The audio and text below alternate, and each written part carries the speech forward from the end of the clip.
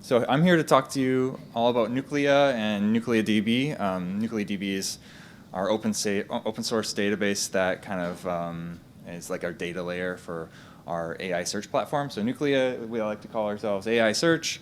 And one of our taglines is get answers, not results. So like AI being generative AI search, we're kind of like utilizing the LLMs and things like what ChatGPT kind of revolutionized. So like before we get started, maybe show of hands, who here uses ChatGPT in their daily workflow? How about Copilot?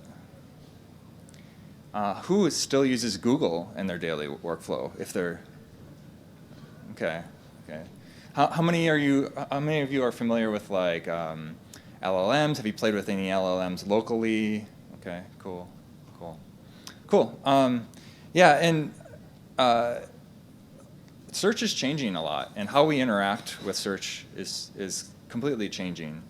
I don't use Google that much anymore in my daily workflow, and in fact, when I do it, I'm really disappointed so often. And to illustrate this, I thought maybe we could go through an example. I have to write a lot of Rust lately, and this is a contrived error, but I thought like let's try something to show out. So like essentially here we have a problem with dropped value, health reporter dropped value while still borrowed. So I got an error with trying to use a value. It's still borrowed. If I'm want to use Google for this, old keyword type search, I might do something like a Rust error dropped while still borrowed, and you find some results, and you try to look through the results. I might open in multiple tabs. Hopefully, I find it there. Looking for an answer that's close to it. Nothing really what I'm looking for. And you kind of scroll, look around, go back to the search results. Is there anything kind of buried? You normally don't find anything beyond the first couple. It doesn't usually work very well. And then what if I were to use ChatGPT? So in this scenario, I'm just telling ChatGPT, hey, I'm running this code, and I'm getting this error. What am I doing wrong?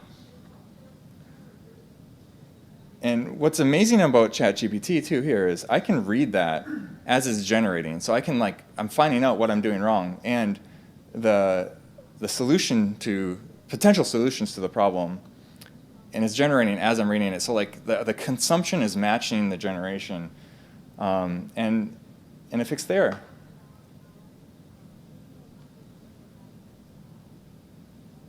To me, that's amazing. Like especially for my workflow, that completely changes things. Changes things with how I work, but also maybe how I find information. And so yeah, generative answers are changing everything. And this is not just in how we are working with Google and finding answers in day-to-day, but also like what we're doing with software solutions, things that we're building. People aren't looking for just search results. They're not looking for just like Elasticsearch integration or whatever, or add full text search to this column or whatever. They want a better user experience, and that can be provided through an LLM type integration. And that's kind of what Nuclia is trying to do. Nuclia is trying to do, we call it the full E2E of a RAG, which is retrieval augmented generation. And I'll talk a little bit of what that means. And we do training and stuff, so you can retrain on your data sets and some fun stuff there. But essentially, I think fundamentally our product is a full E2E experience on retrieval augmented generation. And what we mean by retrieval augmented generation is we're using a data set, we're like doing a search or something like that on our own data set, and we're using that information to prompt the LLM and get us an answer. So user question, our own search retrieval mechanism, and we feed it to the LLM. So like this is a really silly, contrived example, but it gives you the idea of what's happening. The prompt from the user comes in. Based on that prompt, we try to pull information from a mutable data set that we want to give as context for the large language model question. And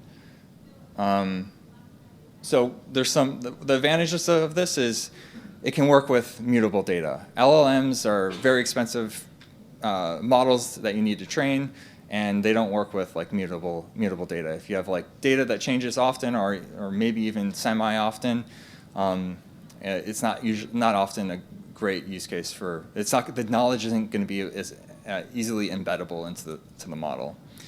You can know where your answers come from, so it can maybe help with hallucinations a little bit, because you can say like, hey, only based on this data, I want you to give me the answer, instead of the potential any information that's bound up in the model infecting the results.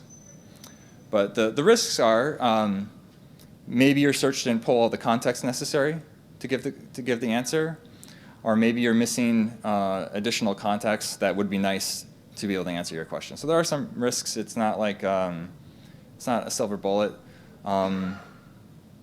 And maybe you do want to do the full training and have your own model as well. But for what it's worth, Nuclia does facilitate that too, if you did want your own LLM in addition to that.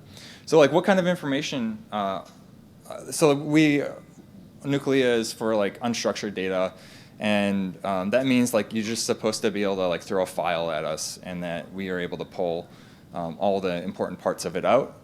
And so what is that? Oh, I didn't realize I did this. Sorry. Oh, not all the way. Oh, great. I'm not sure what's going on here. Practice your slides ahead of time, I guess. I don't know what's okay. All right, we'll let them roll. I didn't mean for that thing to happen. But anyways, there's a lot of different types of information that you need to pull up from files. Like you got to extract text in different ways. You have to OCR images in order to like pull the text off of the images. There's like, you might want to crawl websites. You might want to sync data from a Dropbox data store or something like that, and pull summaries. All the different types of metadata that's involved in it. So that's kind of there's more than just the text involved as part of a piece of content. And then in order to correctly utilize the data, we have like summarization. We're extracting entities and relationships between entities from the data that we extract. And then we're creating embeddings. So that's something that we're going to talk about, what it takes for an AI, what we think it takes for an AI search platform. Talk about like vector databases and things like that. And so all those things are different types of pieces of content that we need for a database platform and AI search. And so we have different types of field storage, blob storage around those fields, and then we're indexing that data. We're putting it into a system that we can do searches to pull results from in order to augment our LLM and ask it questions. So the process kind of looks like this for a Nuclia system: extraction phase, indexing and storage phase, search and retrieval phase, and then finally ask the LLM for the answer. So in the market of things that you're looking at, if you're creating solutions for,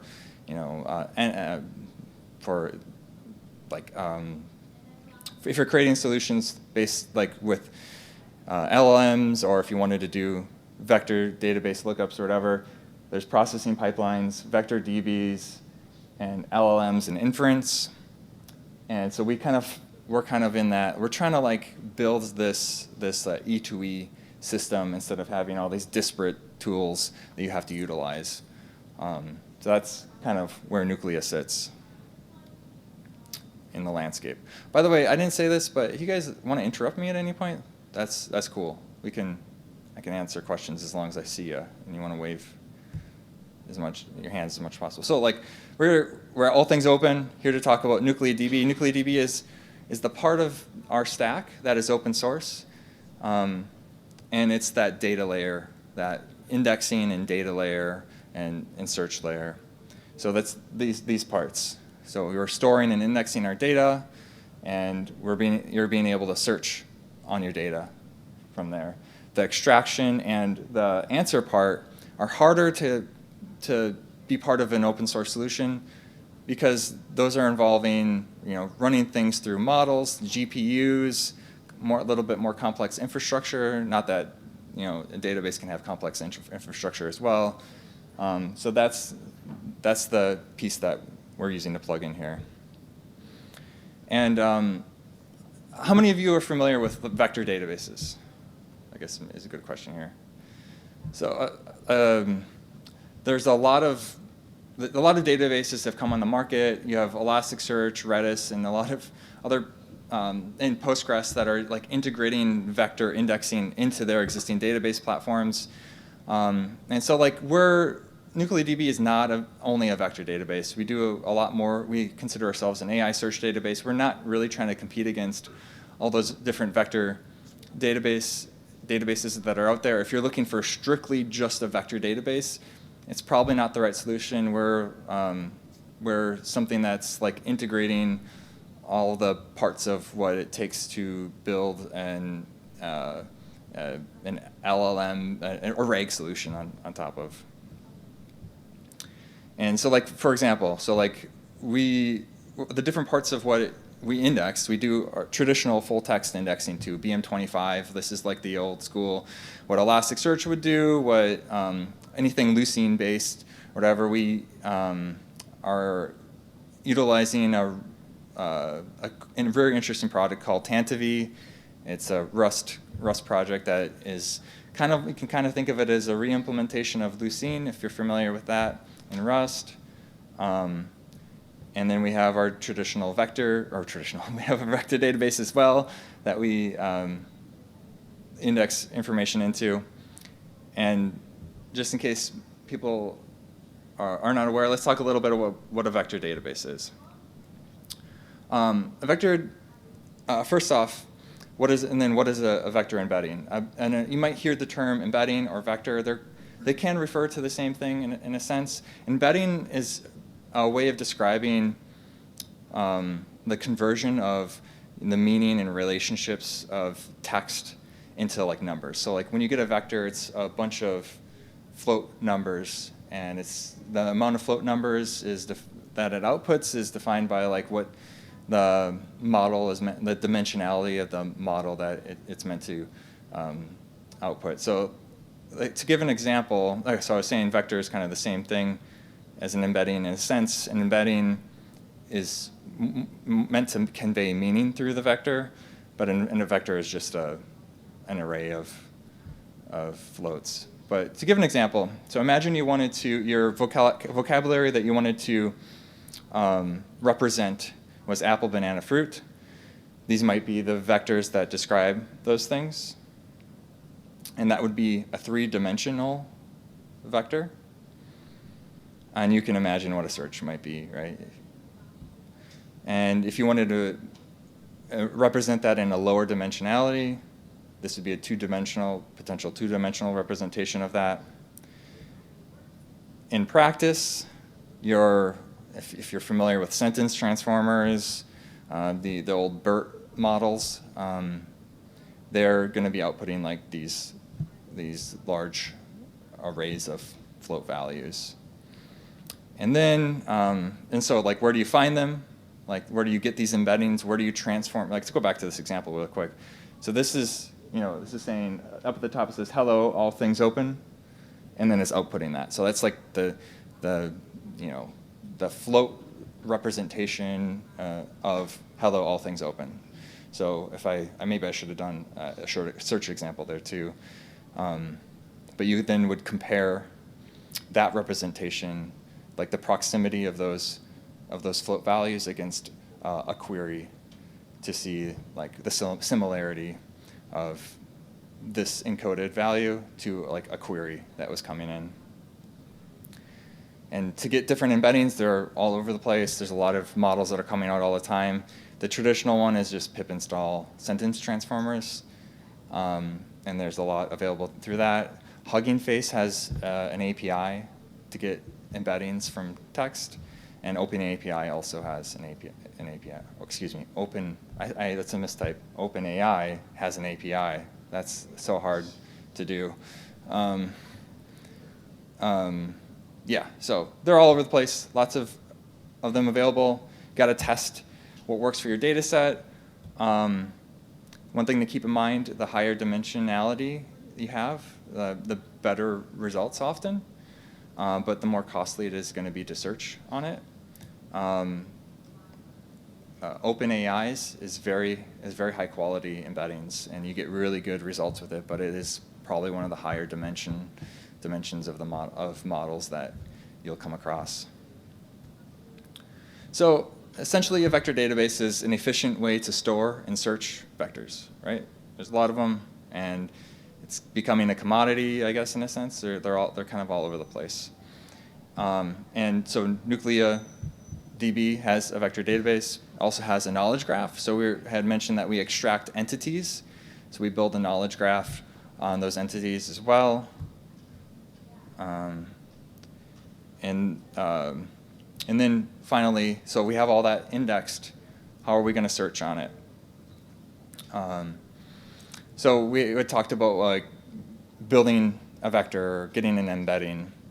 At query time, we also have to do inference, which is what is called for getting an embedding. So on the query that comes in, we have to call and get, like we have to transform that query, that text query, into an embedding that we can compare and we can do a search against on our vector store.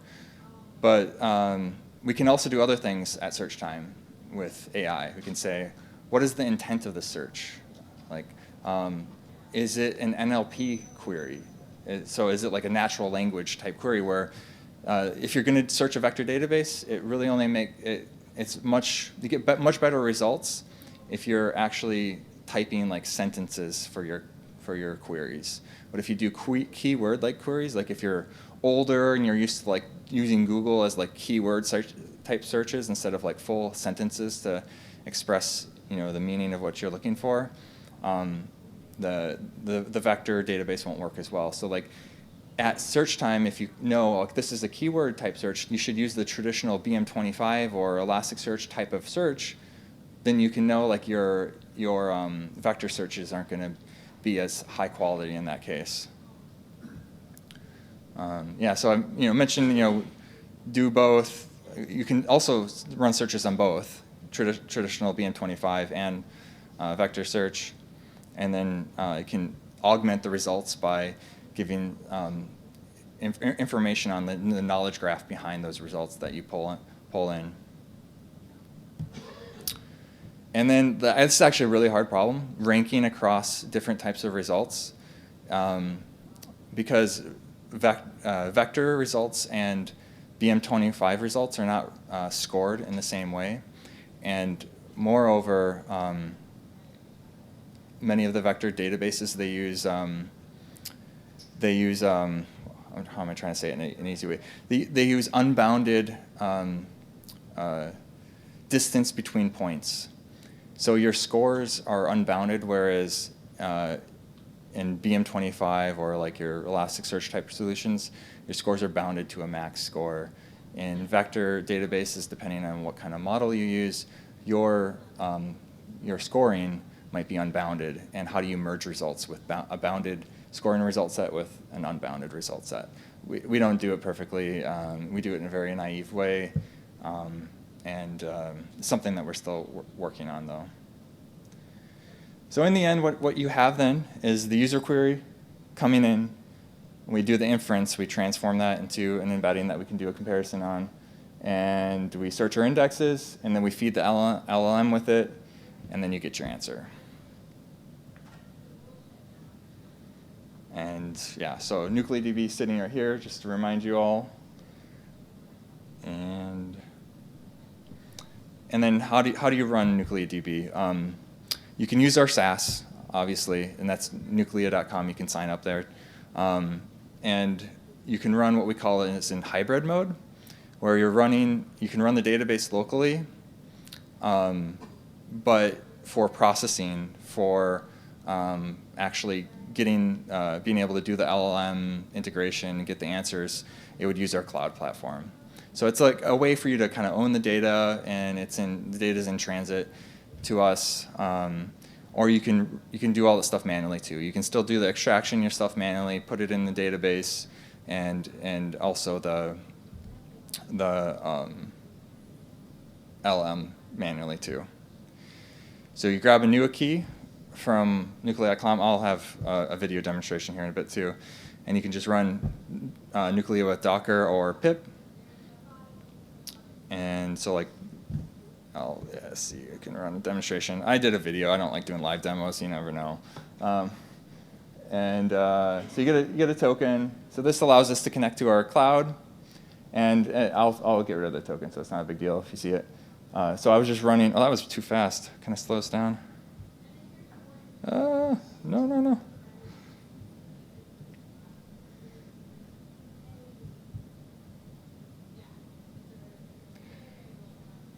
So, yeah, this is just the Docker command, anyways.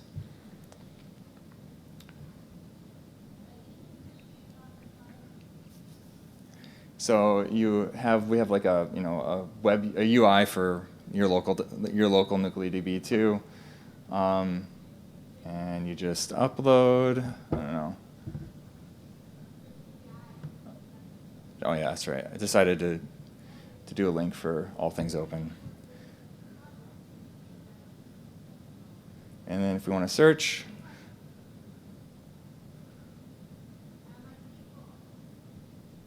I don't know, maybe not a good question. But integrates with the LLM, you get the processing and everything, data stored locally. You're doing BM25 and vector search, and that's kind of the thing.